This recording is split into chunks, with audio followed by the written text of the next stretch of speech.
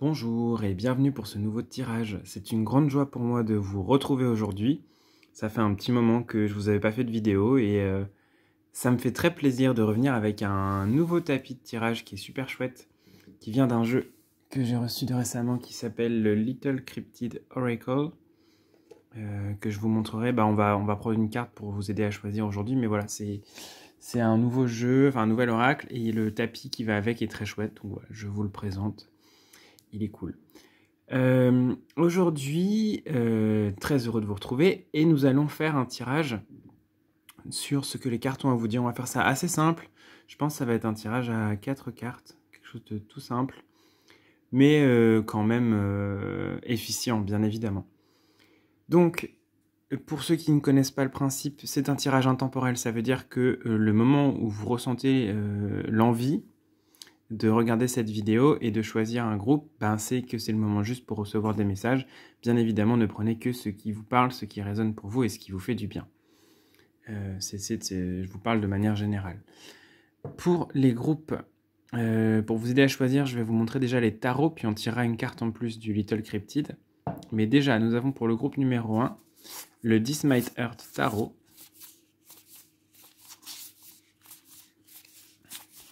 Hop. Avec ses jolies couleurs. Et sa tranche holographique magnifique. En choix numéro 2, nous avons le Hawk Ash and Thorn. Un jeu beaucoup plus forestier, automnal. Hop. Voilà. Que je trouve assez doux, personnellement. Et en dernier, nous allons avoir le Marseille Waite Tarot. Un peu plus classique dans le style.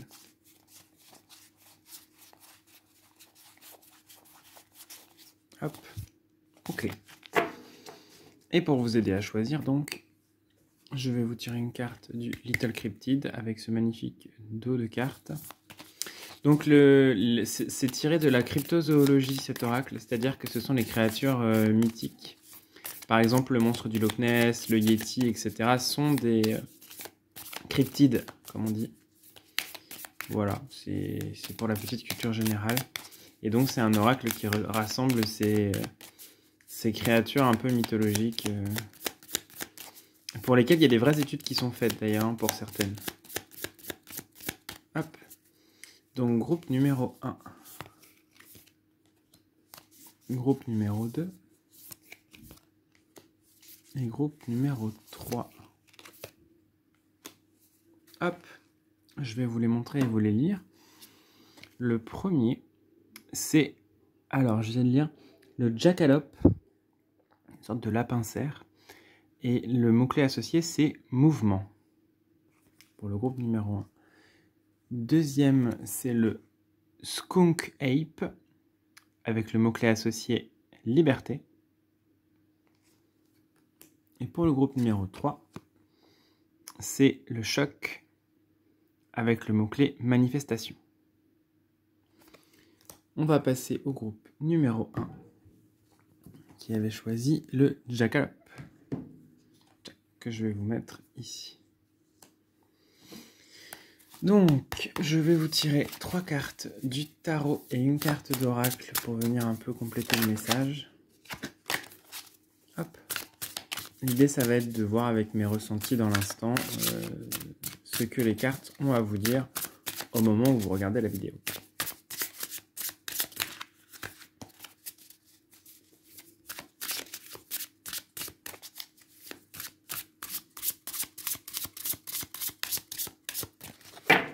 Hop, alors groupe numéro 1.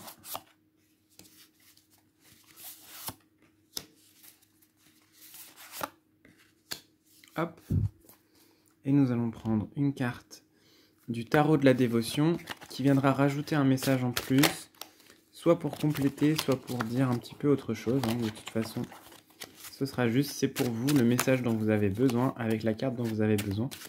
Et je vous dirai mes ressentis, mais je vous lirai aussi le livret que je trouve très bien fait et très chouette pour ce jeu.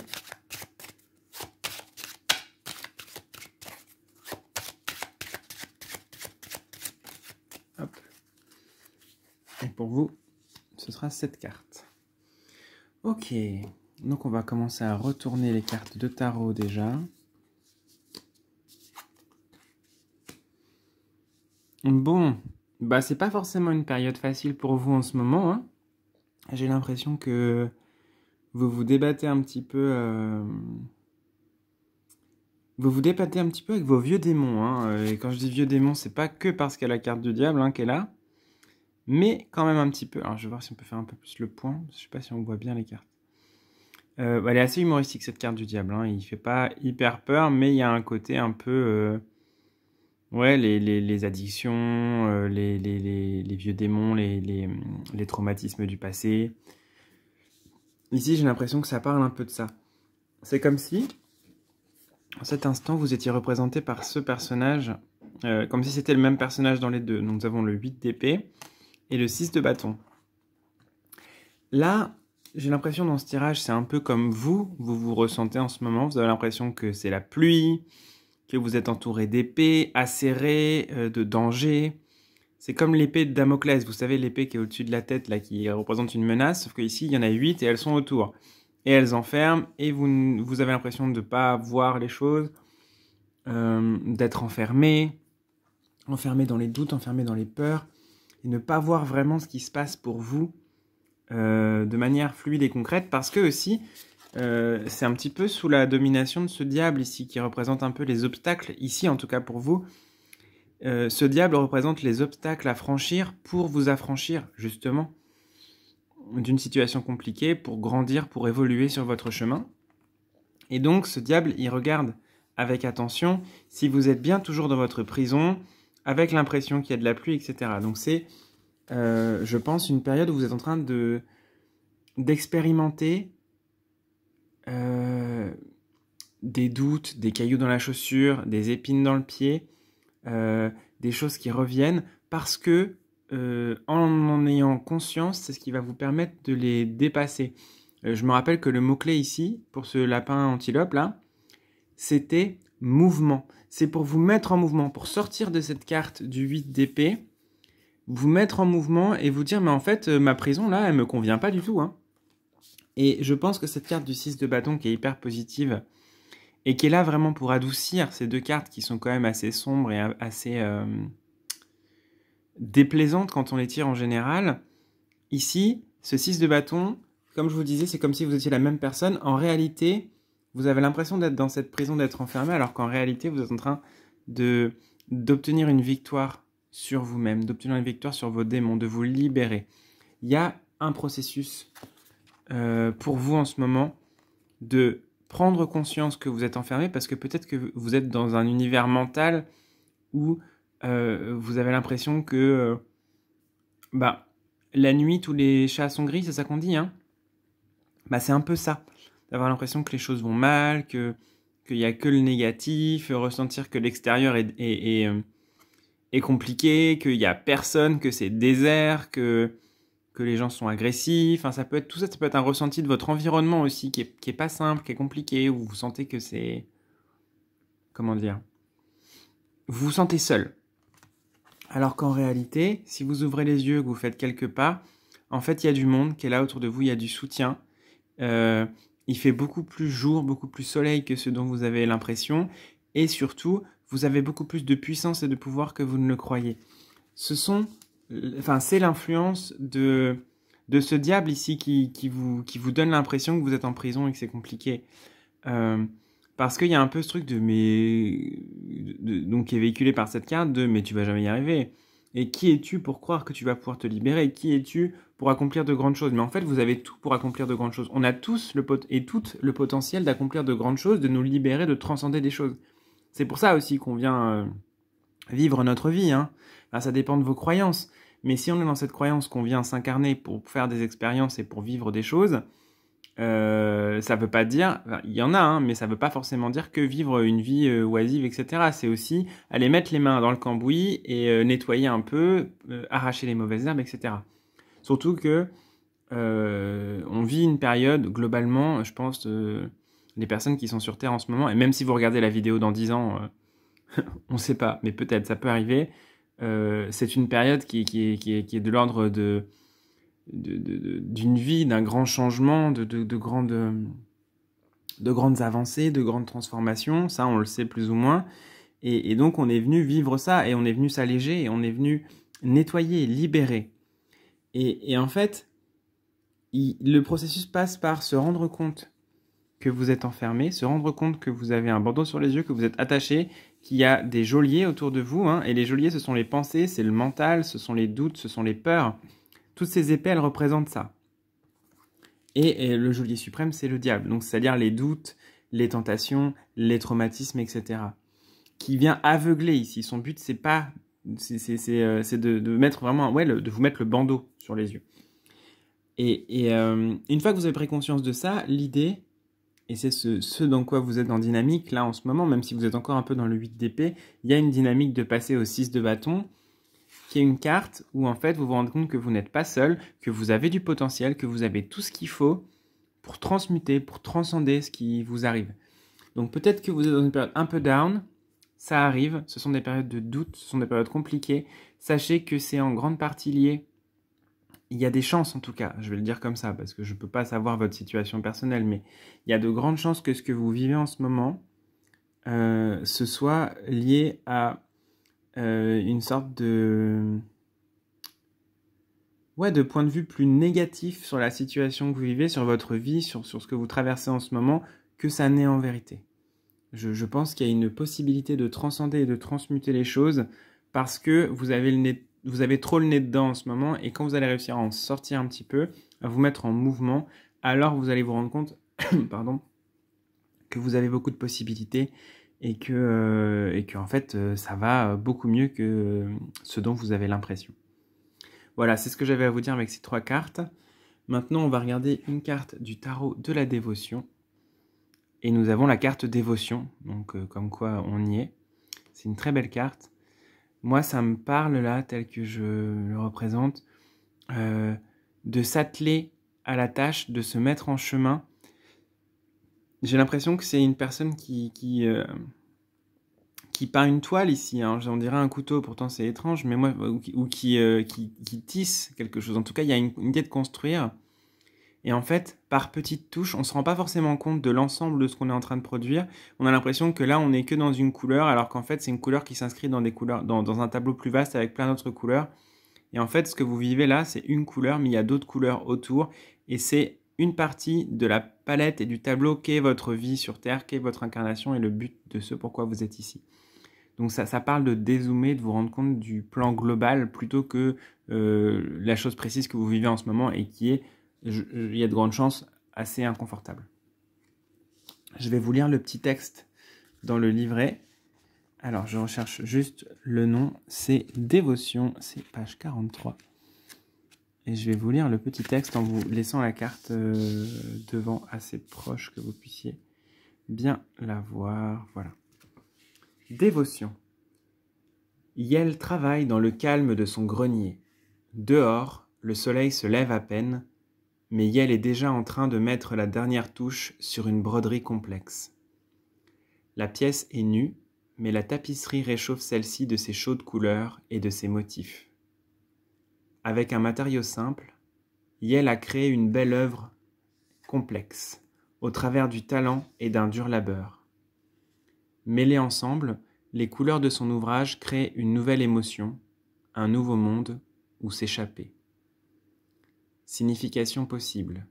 Créer une œuvre, tout donner pour un projet, tenter de rendre le monde plus beau, la joie pour le travail, faire ce pour quoi vous êtes le plus doué, créer quelque chose de cohérent à partir de matériaux disparates, unir des gens, concilier travail, passion, ou bien travail et vie personnelle, la fin d'un projet, d'un cycle.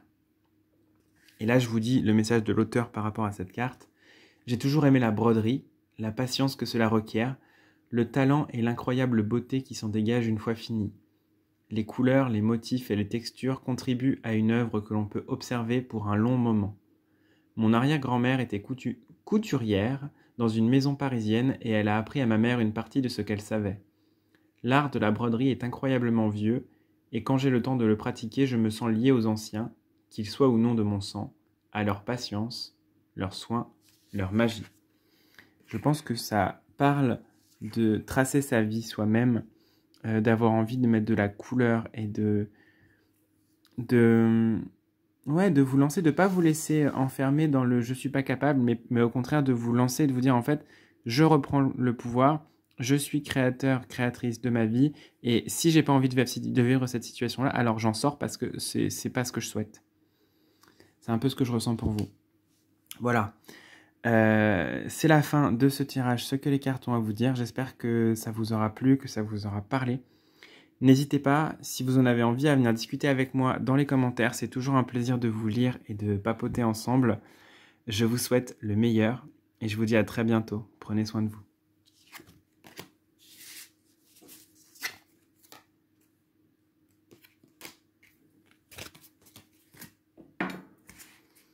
Nous allons passer au groupe numéro 2 qui avait choisi la carte Chunk Ape que je vous mets ici avec le mot-clé liberté. Groupe numéro 2, voyons voir ce que les cartes ont à vous dire. J'aurai aussi une carte d'oracle tout à l'heure pour venir préciser, ajouter un autre message et donner une autre couleur au tirage.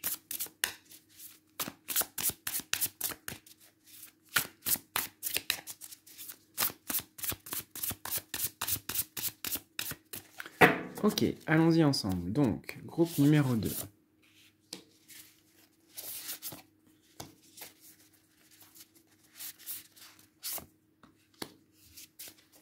Voilà pour le tarot. Et on va prendre une carte du tarot de la dévotion, qui est en fait un oracle. Hop.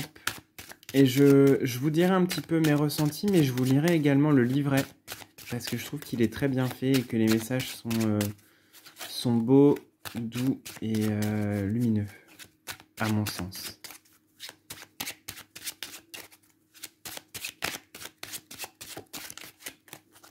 Hop. Celle-ci. Allons-y. Donc, pour vous, groupe numéro 2. Ah, c'est drôle, parce qu'on avait déjà le 8 d'épée pour le groupe 1, et il était à cette même place. C'est très amusant. Il semblerait que, par rapport à ce tirage, il y a une idée quand même de défaire les chaînes, d'ouvrir, de sortir de son carcan, là. J'ai l'impression que pour vous, c'est la même chose. Déjà, cette carte est en centrale, et j'ai l'impression que ça vous représente vous. Alors, c'est quand même plus doux que pour le groupe d'avant. Enfin, je ne vais pas faire de comparatif, mais j'ai l'impression que pour vous, c'est un petit peu différent. C'est comme si vous n'aviez pas encore conscience de tout ce que vous pouvez réaliser et faire. Vous êtes dans un espace tout petit. Vous vivez dans... Vous vous contentez de peu. C'est ce dont j'ai l'impression. Et c'est marrant parce que je revois ce mot-clé liberté, et c'est comme si vous aviez tout l'espace du monde, mais que vous vous étiez construit une petite prison mentale en disant oui, mais là je suis bien, je connais mon espace. C'est un peu de l'ordre de la sécurité plus que de l'angoisse et de l'enfermement. J'ai l'impression que vous avez rétréci votre espace, vous vous êtes rétréci vous-même en vous disant oui, mais comme ça je prends pas trop de place et puis je gêne personne et puis voilà, c'est bien, je fais ma petite vie. Sauf que là, le tarot vient vous dire non, mais tu peux prendre beaucoup plus d'espace que ça, beaucoup plus d'ampleur. Tu as une capacité de rayonnement et une amplitude beaucoup plus grande que ce que tu mets en place en ce moment. J'ai l'impression que vous pouvez plus, vous pouvez mieux. Alors ça ne veut pas dire que c'est pas bien ce que vous faites, hein, mais vous avez de la marge, quoi. Vous en avez sous la pédale, quoi, comme on dit. Il y a une possibilité d'aller plus loin, il y a une possibilité de vous déployer qui est vraiment plus grande.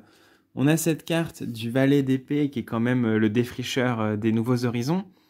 Allez-y, quoi, lancez-vous. Prenez votre petite épée, là, ou grande épée, ça dépend, et allez-y, autorisez-vous à vivre plus, à vivre plus grand. Il y a peut-être des domaines qui vous intéressent que vous n'avez jamais creusés. Eh ben, autorisez-vous. des choses que vous avez envie de faire et que vous vous interdisez parce que vous vous dites soit je suis trop vieille, je suis trop vieux, ou c'est pas pour moi, j'ai pas le temps, j'ai pas l'argent, etc. En fait, commencez par vous dire, ok, qu'est-ce qui vous manque en fait pour être heureux dans votre vie, pour vous sentir libre, pour ne pas avoir de regrets, c'est ça. En fait, là, ce tirage, il vient aussi vous dire, mais alors, tu vis certes bien, hein, c'est cool, il n'y a pas trop de problèmes, mais il y a des petites choses auxquelles vous avez renoncé, des envies, des aspirations peut-être, que vous avez fait taire en vous, alors que ce soit conscient ou pas. Et en fait, posez-vous la question, qu'est-ce qui vous manque? Qu'est-ce que vous avez envie de mettre en place? Qu'est-ce que vous avez envie de faire et de créer dans votre vie? Et de là, voyez si vous pouvez pas un petit peu vous lancer en ce sens. Il y a sûrement des choses à faire là avec ça. Il y a sûrement... Et en fait, c'est tout simple. C'est-à-dire, par exemple, j'ai envie de faire un stage de poterie. Voilà, exemple le plus basique. Vous avez toujours voulu faire de la poterie, mais de la poterie avec four, avec un maître ou une maîtresse de la poterie qui vous apprennent, quelqu'un qui vous transmette, pas juste les petits cours, voilà, mais vraiment d'en faire vraiment sérieusement. Et en fait, c'est au lieu de se dire mais je sais pas où ça se passe, etc., c'est vous dire ok, je cherche là où c'est possible, je regarde les prix, je regarde si je peux pas me loger, je regarde si je peux... En fait, c'est donnez-vous les moyens de vivre vos rêves et de prendre de l'amplitude, de pas rester dans votre zone balisée, sécurisée là, de ok, je vis là-dedans parce que je vis très bien là-dedans et je regarde pas ce qu'il y a autour parce que c'est sécurisant puis ça fait un peu peur ce qu'il y a autour. Alors oui, ça fait peur ce qu'il y a autour, mais en ouvrant, vous allez vous rendre compte qu'en fait, vous pouvez étendre vos frontières. Vous pouvez aller plus loin, vous pouvez ouvrir et vous pouvez faire beaucoup plus de choses. Ne vous contentez pas des miettes de bonheur en fait. Vous avez tellement plus que vous pouvez recevoir et faire. Ne vous limitez pas, même si c'est confortable et que ça va, vous pouvez toujours plus, toujours mieux en fait. Et c'est chouette, c'est super enthousiasmant. Il faut juste l'accepter que là, vous pouvez faire plus, vous pouvez faire mieux. Vous avez atteint un peu les bords de la cage, là, les bords des frontières, vous avez bien exploré le centre. Ouvrez maintenant. Parce que c'est ce qui va vous permettre de vous réaliser. Cette carte de l'impératrice, ici, elle parle de ça, elle parle de s'étendre. Moi, je vois cette lapine ici qui représente l'impératrice et qui a des enfants. C'est cette idée de se reproduire, de s'étendre. J'ai l'impression qu'elle vous invite à coloniser de nouveaux espaces en vous et dans le monde, cette carte. De vous lancer. Souvent, l'impératrice, c'est une énergie naturelle, c'est une énergie créatrice. Et là, je pense qu'elle parle vraiment de vous donner la possibilité de créer la vie de vos rêves, quoi. Et de vous dire, voilà, en fait, c'est vraiment cette idée, vous êtes libre. Donc, prenez de l'espace, prenez plus que l'espace qui vous est donné, et toujours plus, et demandez-en toujours plus, parce qu'il y en aura toujours plus. Il y a de la possibilité, il y a de la marge de manœuvre, il y a de la marge de progression, encore et toujours. Et ne le voyez pas comme « je suis pas assez, je peux faire plus, je peux faire mieux », sous-entendu, ce que vous faites, c'est pas bien. Non, ce que vous faites, c'est super. C'est juste que là, l'invitation est à aller plus. Vous pouvez plus. Donc en fait, c'est des horizons et des champs qui s'ouvrent à vous. Et c'est super chouette, c'est super enthousiasmant. C'est pas du tout négatif. Vous avez le temps pour ouvrir. C'est pas grave. C'est juste une sorte de prise de conscience. Là, avec ce tirage, j'ai l'impression de... Bon, vous avez balisé votre espace vital. Pour que vous soyez bien, vous avez trouvé une stabilité, un confort, quelque chose qui est chouette. Mais maintenant, ouvrez. Qu'est-ce que vous pouvez faire maintenant que vous avez l'essentiel? Pensez à l'ornementation, pensez à aller creuser ailleurs, pensez à grandir, à agrandir et à grandir. Voilà, c'est ce que les cartes de tarot me transmettent pour vous aujourd'hui, ce que je ressens pour vous avec ces cartes, en tout cas aujourd'hui. Évidemment, ne prenez que ce qui vous parle, bien sûr. On va ajouter à ça une carte du tarot de la dévotion, histoire de rajouter une petite couleur à tout ça. Et nous avons encore la carte dévotion. Moi, c'est très drôle parce que le groupe d'avant l'a eu aussi. Pourtant, j'ai bien mélangé le jeu et c'est celle qui ressort. C'est amusant. Pour moi, là, ça me parle de baliser de nouveaux territoires et de vous lancer, de créer, de pas avoir peur d'aller plus. Du coup, je vais vous relire le texte.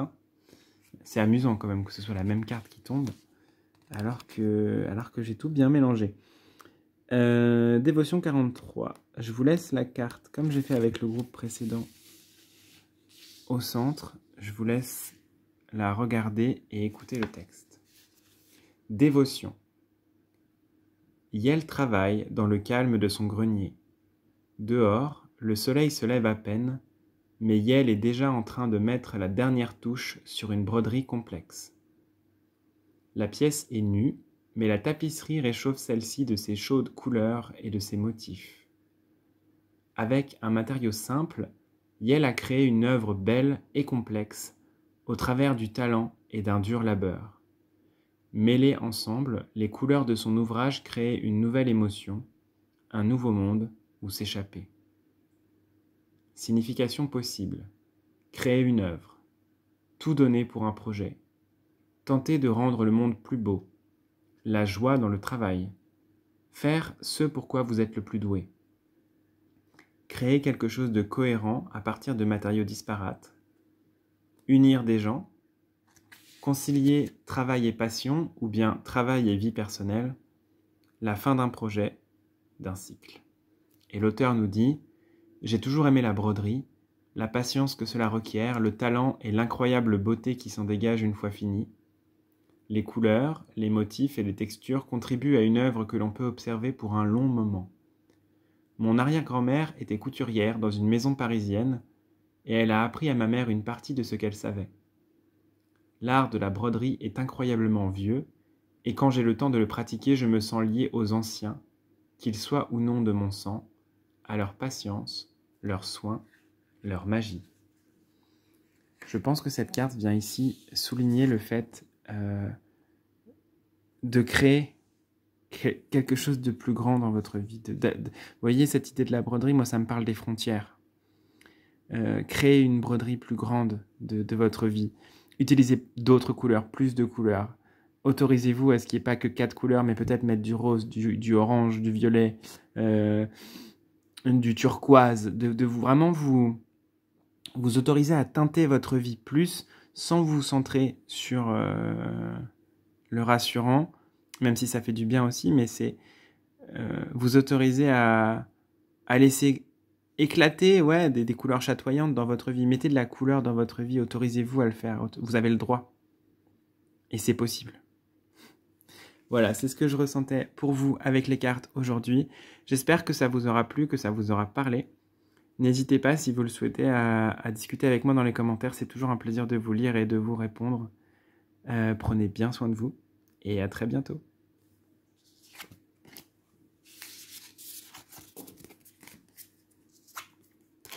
Pour finir, nous allons passer au groupe numéro 3 qui avait choisi la carte Choc, Manifestation, que je vous mets ici. Hop. Groupe numéro 3. Nous allons donc prendre 3 cartes du tarot, comme j'ai fait avec les autres groupes, qui vont nous renseigner un peu sur ce que vous traversez en ce moment, ce que les cartes ont à vous dire.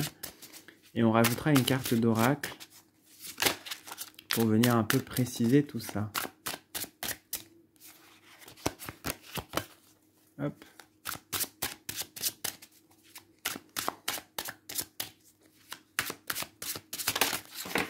Eh bien, eh bien, eh bien. Allez.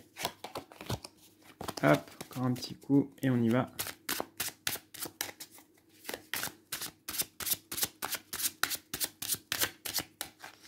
Ok, donc, groupe numéro 3.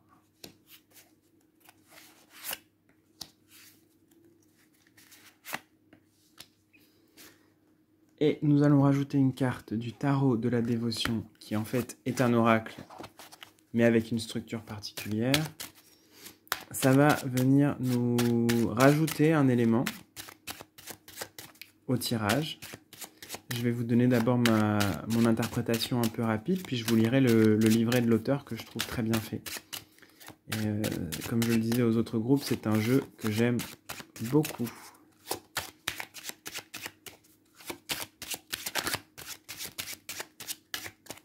Et nous allons... Hop, c'est cette carte. Voilà. On y va. Alors, pour vous, groupe numéro 3. Ok. J'ai l'impression que là, en ce moment, pour vous, il y a une grande pause. Il y a un grand moment de rien qui peut être peut-être un petit peu inconfortable. Hein. On a quand même 2 cartes de repos et d'attente. On a ce 4 d'épée ici et le pendu. Donc j'ai l'impression que ça stagne peut-être un petit peu dans votre vie. Peut-être que qu'il y a aussi une sorte d'apathie, d'ennui, de rien. Vous savez, les moments où, si vous le vivez, vous le savez, mais ça me fait un peu penser, l'association de ces 2 cartes, au moment où on se dit, mais alors je sais pas de quoi j'ai envie de rien, et en même temps, quand je fais rien, je m'ennuie, et j'ai envie de faire des choses, mais je sais pas quoi, et je sais pas comment j'ai envie de remplir ma vie. J'ai envie que ça se remplisse, mais j'ai envie de rien. C'est un peu ce que je ressens pour vous, cette espèce de moment où en fait, vous êtes un petit peu contraint à la patience, entre guillemets, au retour à soi, revenir au cœur de vous-même. On a déjà cette carte du 4 d'épée. Souvent, les épées sont quand même des cartes qui sont liées au mental. Et ce 4-là est une carte de pause, presque de mort cérébrale, au sens où il faut apaiser les pensées, il faut calmer le mental, il faut calmer le petit vélo dans la tête pour redescendre, revenir à une base beaucoup plus épurée. Donc, ça parle quand même de cet ennui et cette absence d'aspiration et d'envie que vous ressentez peut-être, que ça peut être dans un domaine ou ça peut être de manière générale un peu partout dans votre vie. C'est nécessaire parce que ça permet de calmer un peu ce mental, ça permet de revenir à l'essentiel, j'ai envie de dire, revenir à vous, sans que ça parte dans tous les sens, sans vous disperser, sans avoir 10 000 pensées à la seconde. C'est vraiment important. Et peut-être que d'ailleurs vous aspirez au calme, vous aspirez au repos, peut-être qu'il y a beaucoup de fatigue pour vous en ce moment, qu'il y a un besoin de dormir, de faire des siestes, de vous reposer. Tout ça, ça fait partie du processus, ça fait partie du cycle, donc ne vous tracassez pas pour ça. S'il y a besoin de repos, prenez-en autant que possible. Parce qu'avec cette carte du pendu en plus, qui est quand même une carte d'attente, parce qu'il est pendu, donc il ne peut pas bouger là. Peut-être qu'il a les mains détachées, mais en tout cas, il y a cette idée de laisser couler et de, en étant pendu, voir les choses sous un autre angle. Donc en fait, je pense que là, dans ce que vous vivez en ce moment, il y a une pause qui est faite. Elle est peut-être subie parce que c'est pas forcément agréable, mais il y a une sorte de pause, de stop, arrête là. Il faut que tu poses, il faut que tu calmes. Peut-être que les choses dans votre vie fonctionnent pas vraiment de manière fluide. Peut-être que vous avez envie de faire des projets, de vous lancer dans des choses, mais que ça marche pas, que ça ne décolle pas, qu'il y a une sorte de frein, d'inertie qui est faite. C'est parce qu'il y a des choses qui ont encore besoin de mûrir, il y a des choses que vous avez besoin de recevoir, de digérer, d'intégrer en vous avant de vous lancer. Parce qu'on a quand même cette carte de l'as d'épée ici, c'est comme si en posant toutes les épées, toutes les pensées, tout le mental, vous pouvez vraiment faire table rase et en prendre une seule, une idée, une pensée qu'on va suivre. Donc en fait, c'est une rectification, c'est au sens vraiment de venir aligner ici, chez vous. Vous êtes en train de vivre un moment d'alignement, un moment d'harmonisation, un moment de rassemblement de ce qui est épars pour venir rassembler toute cette dispersion qu'il y avait peut-être chez vous, toutes ces envies, etc., qui partaient dans tous les sens pour revenir à, pardon si je vous ai cassé les tympans, revenir à juste une épée, un as d'épée qui sait, et de la certitude. Donc en fait, tout ce que vous vivez là, c'est temporaire, bien évidemment, ce côté apathique, ce côté... et si jamais c'est pas un manque d'envie, ça peut être aussi un frein dans ce que vous traversez en ce moment, dans le domaine professionnel, dans le domaine artistique, dans le domaine relationnel, social, etc. Il y a sûrement des freins, il y a sûrement des retards, il y a sûrement des choses qui demandent de vous poser un besoin de calme, un besoin de douceur, de retour sur soi, parce que vous êtes en train de construire cette as d'épée, qui est l'épée qui tranche, qui est l'épée qui permet d'aller droit directement dans vos objectifs, dans ce que vous souhaitez. Donc, il y a cette idée de la pause nécessaire là, pour vous, pour pouvoir manifester, on voit cette carte manifestation, pour pouvoir manifester ce que vous désirez vraiment. Parce que sinon, si vous êtes dans tous les sens et que vous voulez un peu tout, ça va être compliqué d'avoir quelque chose de solide et de concret. Donc là, vous vivez une pause parce que ça vous permet de vous réaligner, de vous recentrer, de ressavoir ce dont vous avez envie, ce dont vous avez besoin, de faire d'effacer le tableau et d'écrire une nouvelle page ici, avec cet as d'épée qui va vous accompagner et qui va vous permettre de faire le tri et de suivre la direction la plus juste pour vous, pour la suite. Donc là, vous vivez des freins, des retards, du repos, de la fatigue, du rien peut-être, mais ça va se transformer en quelque chose de beaucoup plus constructeur finalement pour vous, avec cet as d'épée ici, dans un futur plus ou moins proche. En tout cas, ne vous inquiétez pas, ce que vous vivez là, c'est de l'engrais pour la suite. Hein. C'est pas pour rien, il y a du sens. Essayez de le vivre comme une incubation, comme la chrysalide du papillon, plutôt que comme quelque chose de forcé, de contraint, et de « oh là là, mais rien ne marche, ça m'énerve » quoi. Revenir à « ok, bon, rien ne marche, ça marchera plus tard, qu'est-ce que je peux faire là pour moi, pour me centrer, qu'est-ce que je peux planifier pour que ça marche plus tard de manière plus directe, plus juste et plus alignée ». C'est un peu ce que je ressens. On va regarder la carte du tarot de la dévotion pour vous aujourd'hui. Et nous avons la carte Ascension. C'est chouette par rapport à cette épée qui va vers le haut. Moi, ça me parle quand même de quelque chose qui se met en route, là, quelque chose qui s'active. On va regarder ensemble, je vais vous lire le texte. Je vais vous mettre la carte aussi un petit peu plus centrale, histoire que vous puissiez la regarder pendant que je vous lis le petit texte. Alors, Ascension... Où est-ce qu'elle est ? C'est la page 41, c'est une sorcière. Parce qu'il y a des classifications dans ce jeu, je vous le présenterai peut-être à un moment, je vais essayer. Alors, Ascension. Yel bat tambour dans le cimetière. Ici, ses ancêtres sont si proches. Le tambour est rond, comme un œuf, comme quelque chose dans lequel on pourrait renaître. Des flammes mystiques s'élèvent autour d'Elui, sont-ce des fantômes, des esprits, une image de son propre pouvoir. Sa danse est solidement ancrée dans le sol, et pourtant, ses foulards flottent follement loin du tambour, cordons ombilicaux coupés, devenus leurs propres cieux. Yel est d'un âge immémorial, tout autant que plein de jeunesse, ancré en terre, et semblant flotter. Signification possible. Connexion aux ancêtres. Héritage. Célébrer les choses positives que vous donne votre famille. Réconciliation avec un passé traumatique. Devenir soi-même. Dépasser des croyances héritées de son passé. Renaissance. Et l'auteur nous dit « De toutes les cartes que j'ai créées, il me semble que c'est la plus dense et la plus contradictoire. Je l'aime de tout cœur. Pour moi, elle est comme une connexion avec des ancêtres au visage inconnu, qu'ils soient de mon sang ou non, comme un pouvoir ressurgissant de la terre. Comme la musique peut vous élever, comme lorsqu'on décide de se créer soi-même et sans la permission de personne, comme ce sentiment merveilleux lorsque l'on arrive finalement à se débarrasser d'une croyance particulièrement néfaste que l'on avait ancrée en soi. » Je pense que ça vient appuyer cette notion de nettoyage dans le repos qui se fait pour vous et de reconstruction ensuite, de fin de cycle, d'incubation, de chrysalide pour émerger. C'est vraiment ce que je ressens pour vous avec les cartes pour ce tirage. J'espère que ça vous aura plu, que ça vous aura parlé, que vous aurez passé un bon moment en tout cas. N'hésitez pas, si vous le souhaitez, à venir discuter avec moi dans les commentaires. C'est toujours un plaisir de vous lire et de vous répondre. Je vous dis à très bientôt et prenez soin de vous.